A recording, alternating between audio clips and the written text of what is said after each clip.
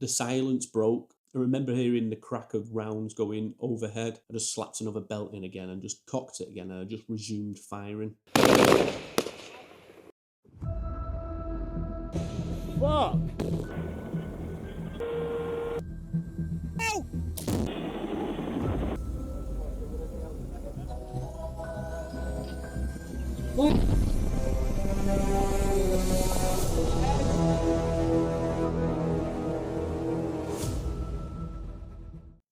Right, so I've never really spoken about this before, and I'd clipped a few reels from my talks at like the Sapper Gathering, and it dawned on me I've been sort of creating content for about 6 months, and I've never really talked about this very much.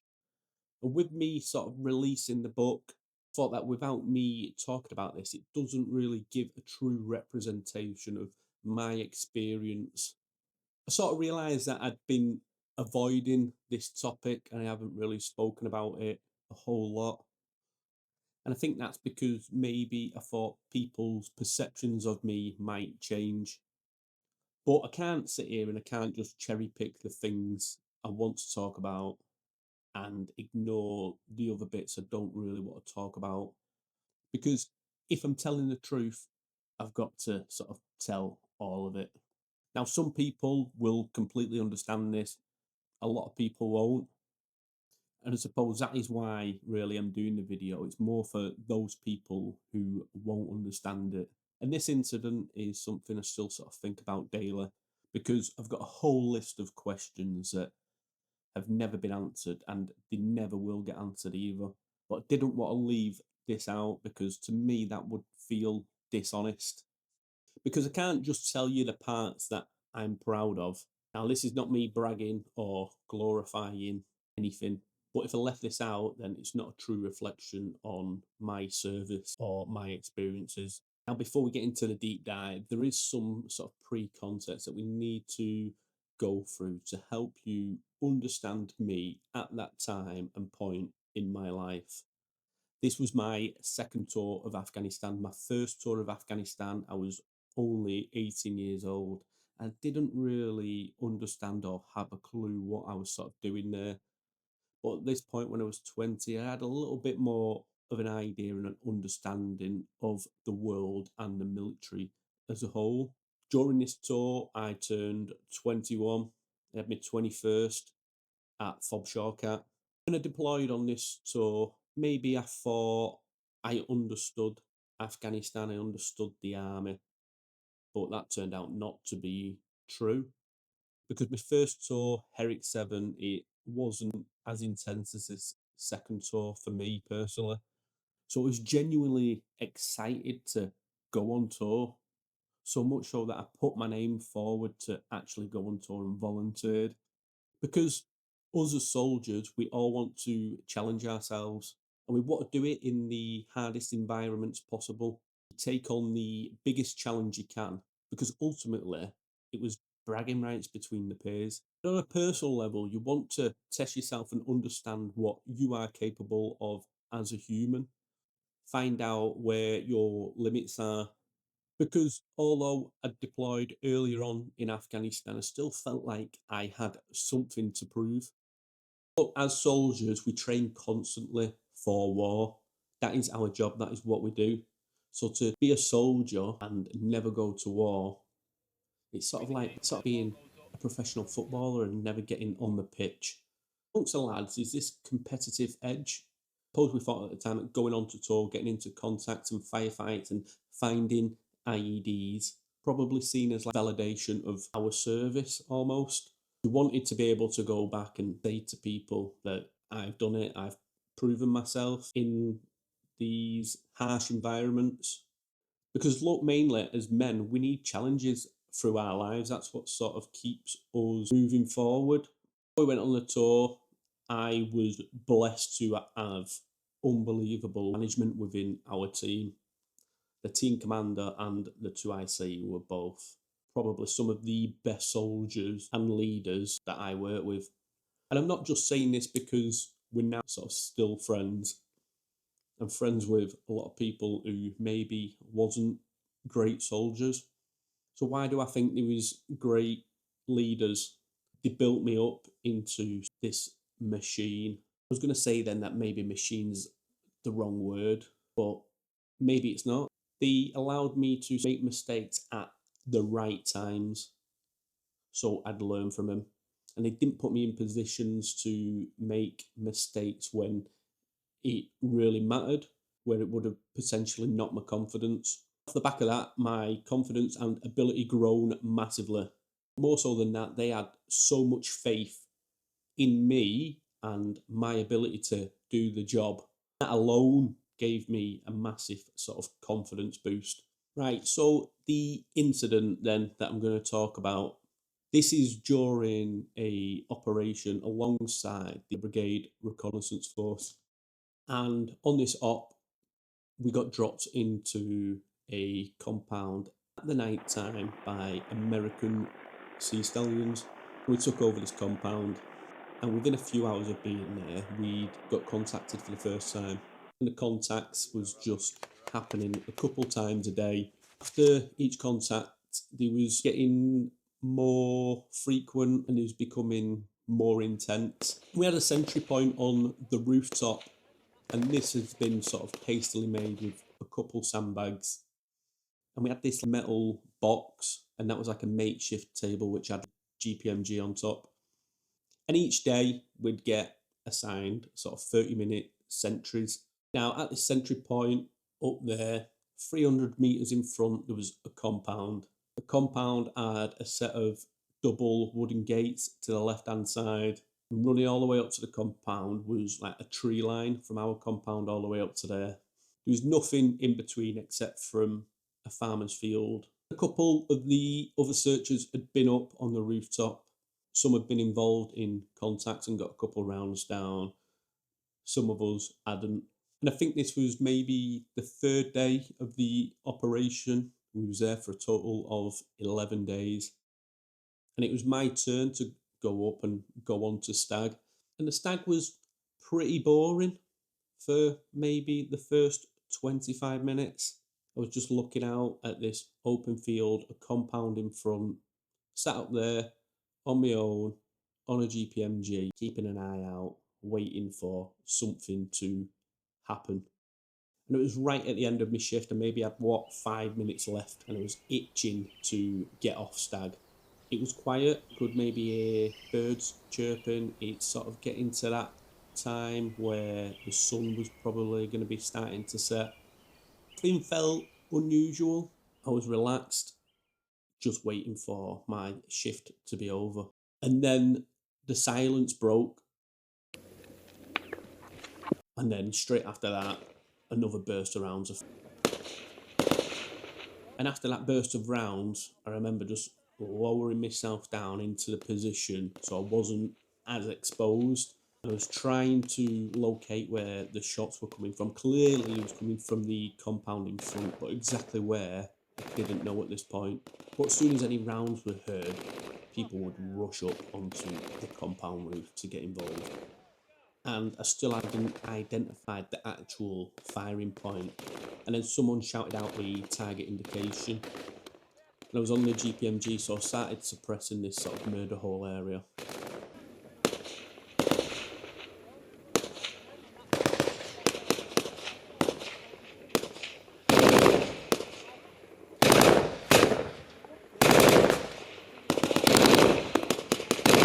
Fucking hell. And as soon as I sort of started firing and suppressing, the accuracy of their rounds immediately dropped. My focus had sort of narrowed directly onto this area where we'd been taking fire from. And I'd got so many rounds down now that it needed a belt changing on the GPMG. I just remember firing and it stopped, and I looked down and I realised there was no rounds left. I know I was just acting on instinct and training. There was no thought process. Everything just happened automatically. I just slapped another belt in again and just cocked it again, and I just resumed firing. And I could just hear that training in the back of my head. I remember being told once on a GPMG lesson, if in doubt, just fucking cock the weapon. So that's what I did. I cocked the weapon, and I remember brushing the round and the link off the actual tray and it being red hot. Up until now, I'd just been firing at this one point, and then I noticed something. The wooden gate on the left hand side of the compound, I'd seen someone dart across it, so instantly I averted my attention over to that side. One of the wooden gates had been left open. I was just trying to get the rounds down to stop the rounds coming back at us, because I remember there was a tree either side of this stag position we was on, and you could see some of the points where the twigs were snapping, and that was sort of not just from incoming rounds but also outgoing rounds. Then another fighter moved up to where the wooden gate was, and instinct and training had just kicked in, and I jumped into action. But he took up this firing position, he took a knee, and he started firing a burst of rounds. So I fired a burst of rounds back in that sort of general direction. Yeah, Robbo, you're on, mate.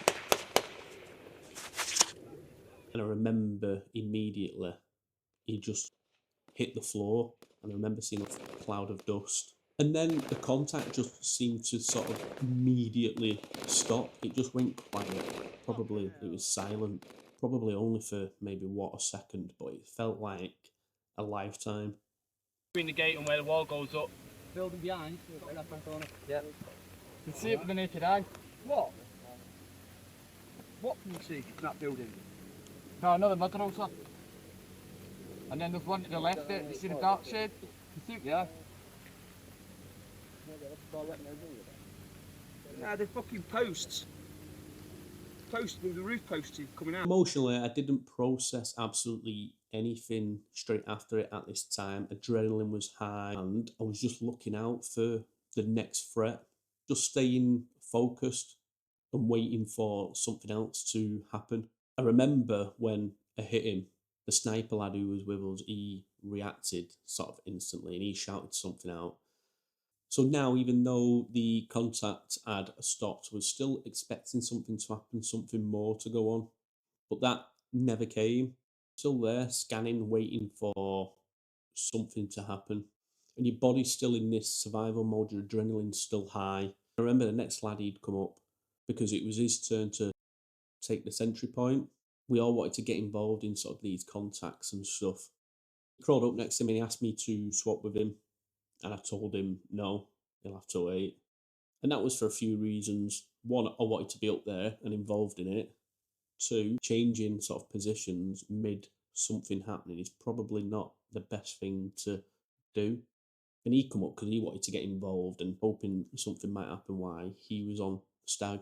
And I think there's footage of this somewhere where he'd crawled up next to me.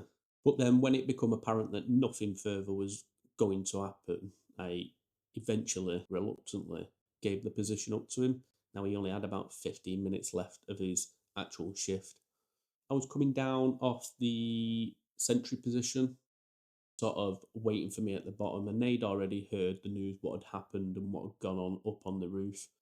And straight away, members of the team and other people around me was sort of congratulating me. And I just accepted it naturally. This is my job, this is what I'm supposed to be doing. And the lads was making jokes and I felt fine. There was sort of no emotional collapse. I didn't overthink what had happened. And at that time, I just thought of it as doing my job, what I was supposed to do. But the reality of the situation hadn't actually landed or hit home yet. Looking back now, that sort of emotional delay is probably one of the strangest parts of the whole situation. Now, when you're in the army and you're sort of in these combat roles, you almost grow up with this idea of what you think war is, and that's before you ever even experience it. Because, like I said earlier, every soldier wants to go on tour because that is what we trained for. That is the reality of why we join the military. And people who've never been in that environment probably won't understand it or get it. But amongst the lads, there's a competitiveness around all of this. Because getting rounds down, being in contact, and doing your job under pressure, that stuff it mattered to your peers. And if someone got a confirmed kill, that was ultimately seen as the ultimate bragging rights, the pinnacle of sort of being in the military. And that's the truth. That's how a lot of young lads perceived it at that time, myself included. I was 100% in the club of thinking this is cool as fuck. And looking back now, maybe that shows how dehumanized you sort of become, especially in an environment like that. And that's not because the people who we were surrounded by were evil or bad people. Quite the opposite, in fact. But it's more because of the culture, the training, the environment. And I think probably some of it is a coping mechanism as well, switching off emotion so you don't need to think about anything. Because when it happened, there was no big emotional sort of outburst. There was no moment or feeling of victory. And there was no sort of instant guilt either. It was just instinct, pure survival mixed with training. And I think anyone put into that position would have done exactly the same thing. Because at the time, I just trained what I was there to do and what was expected from me. That was it. And I think that's what confused me years later. Because what I thought it would feel like and what it actually felt like were two completely different things. Now, after that tour, that was when I first started to think about this situation that had happened properly. But not straight away. It wasn't like I come home and I had an emotional breakdown. But it was something that sort of crossed my mind pretty much daily. And I thought about it quite a lot. And it was usually sort of at night when things were quiet. When your brain sort of slows down and you're not distracted by life or work. And that's when thinking about it would sort of creep in. So when thinking about it, I wouldn't think about him or see him. I would just picture me sat on the rooftop firing rounds towards a compound. Almost like an out of body experience where I was watching myself. And that's strange because I don't feel massively emotional when these thoughts sort of come to me. I'm not sat there angry or upset. And I don't know if guilt's the right word either because I've never felt guilty about this situation. But I do think about it probably most days in some form. Not suffering or flashbacks, just thoughts. And then that's when these questions started appearing. Why was he fighting? Did he genuinely believe in his cause? Was he Taliban or was he one of these sort of $10 Talibans, a local farmer who'd just been paid to come up and fire a couple rounds and disappear? Did he have kids? Did he have a family? And if he did, what happened afterwards for them? Because in these sort of cultures, the men provide everything. And then as time went on, I started asking myself even harder questions about the situation overall. If a foreign force had come to my land, would I go and fight? Even if you don't sort of believe in the cause? And my honest answer is I probably would go and fight. And that's probably the bit that most people don't like actually talking about. Because people want sovereignty, people want their own sort of tribe. And if you grow up in an environment where you're told these are the enemy, then of course that's sort of going to shape how you see the world. But that doesn't. And I suppose that's why I've never managed to land on one clear answer about any of this sort of situation. I went there, I protected myself, I protected the lads who was around me. And at the time, that was my job. And if I was put back into that situation now, again, I'd do exactly the same. And that's for a few reasons. One, survival instinct takes over.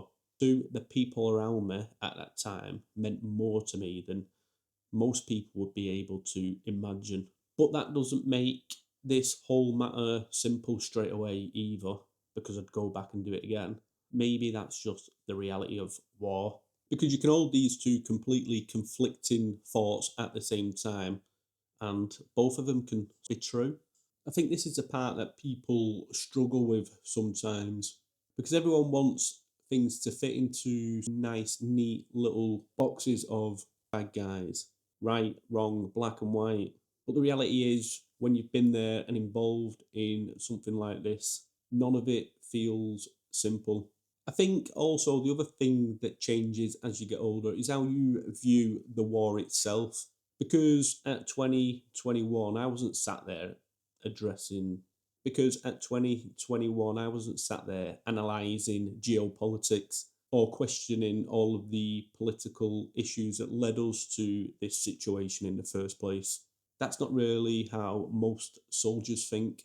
Because in the army, and especially at that age, your job is to just go and do what you were told, do the job role that you've been trained to do, and protect the people around you. That's the reality of it. People on the outside will think that soldiers maybe are sat there debating sort of these geopolitics. People from the outside might think that soldiers are sat around debating foreign policy.